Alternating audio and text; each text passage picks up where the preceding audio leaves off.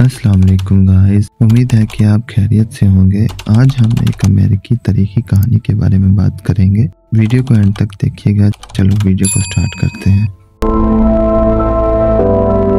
इस वीडियो को हम 5 स्टेजेस में बयान करेंगे।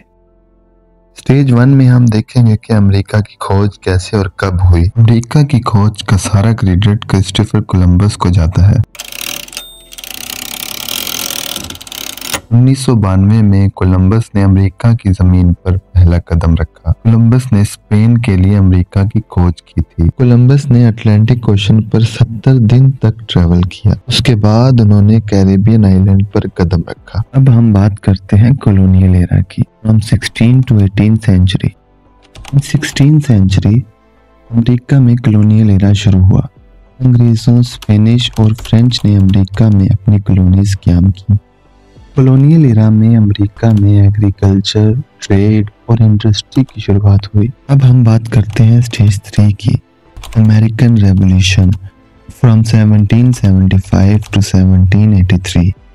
इन 1775 अमेरिकन रेवोल्यूशन शुरू हुआ। अमेरिका ने अपनी आज़ादी की लड़ाई लड़ी और 1783 में आज़ादी हासिल की। जॉर्ज वाशिंगटन ने अमेरिकन रेवोल्यूशन की लीडरशिप की। अब बात करते हैं स्टेज 4 की, सिविल वार। 1861 में अमेरिकन सिविल वार शुरू हुआ।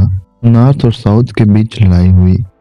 अब्राहम लिंकन ने सिविल वार में लीडरशिप की और स्लेवरी को ख़त्म किया।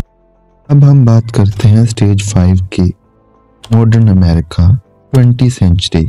अमेरिका ने science, technology, culture and agriculture and space exploration में काफ़ी तरक्की कर ली और यूं अमेरिका 20वीं सदी में दुनिया की सुपर पावर बन गया। वीडियो अच्छी लगी हो तो लाइक करें, शेयर करें और चैनल को सब्सक्राइब करें।